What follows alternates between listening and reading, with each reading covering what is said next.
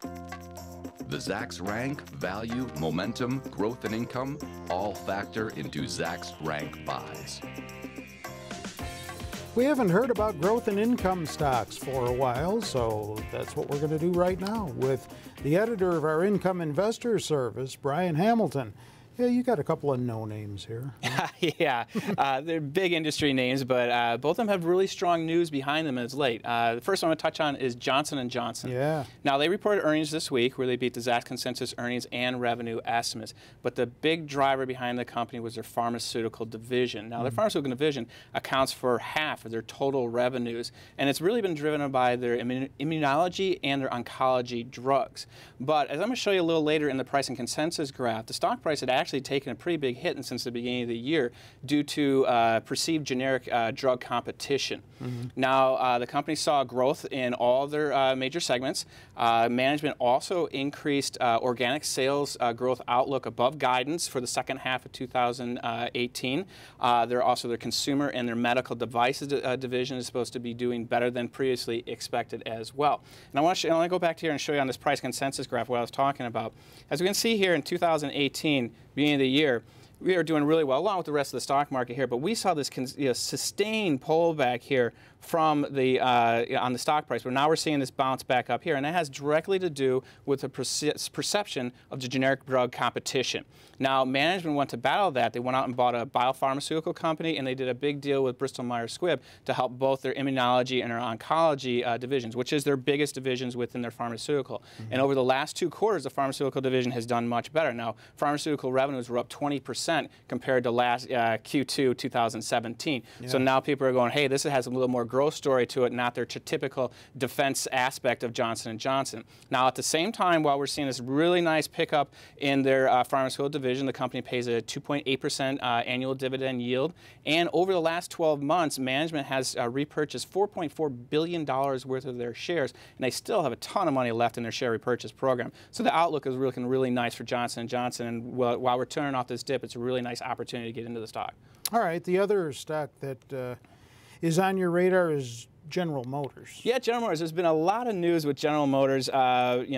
Mostly on the negative side has been issues with the trade issues. But management just recently reported that June auto sales increased by 5.7% year over year, and they also announced in the second quarter they sold over 750,000 vehicles in the U.S., which is above expectations. But the really big story behind General Motors is their Cruise division. Now, this is their autonomous vehicle division. In 2016, they purchased this startup for $1 billion. And a lot of people are like, you guys are crazy. We're way overpaying for this.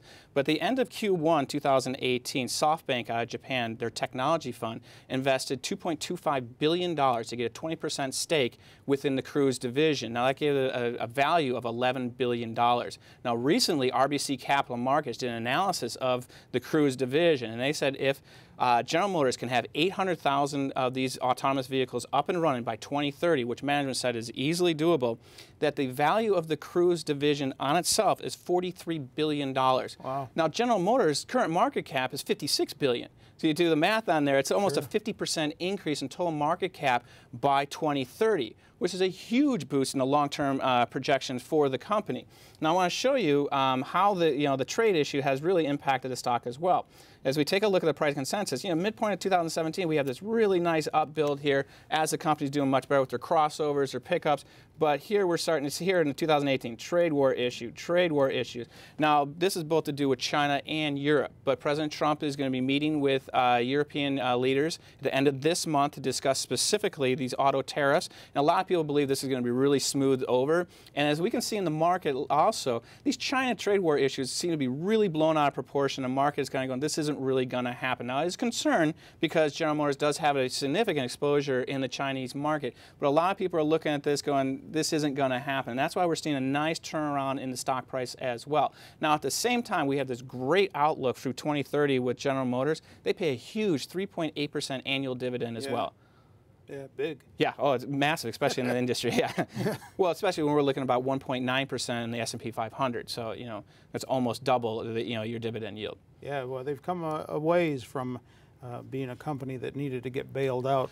Management has done a fantastic job responding to the consumers' wants and needs, and really starting to move away from the passenger cars, going with these crossovers, the SUVs, putting a lot of money in their trucks, and then this long-term outlook with the Cruise is really what's really pushing the company as of late. Yeah, and you know, July only has, what, a little over a week left as far as life is concerned, so that other issue is going to be interesting to see how well, that it's also on out. the 25th they report their earnings as well, and so we have some high expectations for them, and then, you know, with I think the meeting's like the 26th or 27th, right in that ballpark with the EU. Yeah. So that week's going to be really important for General Motors as well. All right. Well, do you own either of these? I personally do not, but I hold them both in the income investor portfolio. Okay, thanks for that. Don't forget, more stock information always on our website, Zacks.com. It's there 24/7, just waiting for you to go take a look at it. Get on over to the homepage. With Brian, I'm Terry Ruffalo.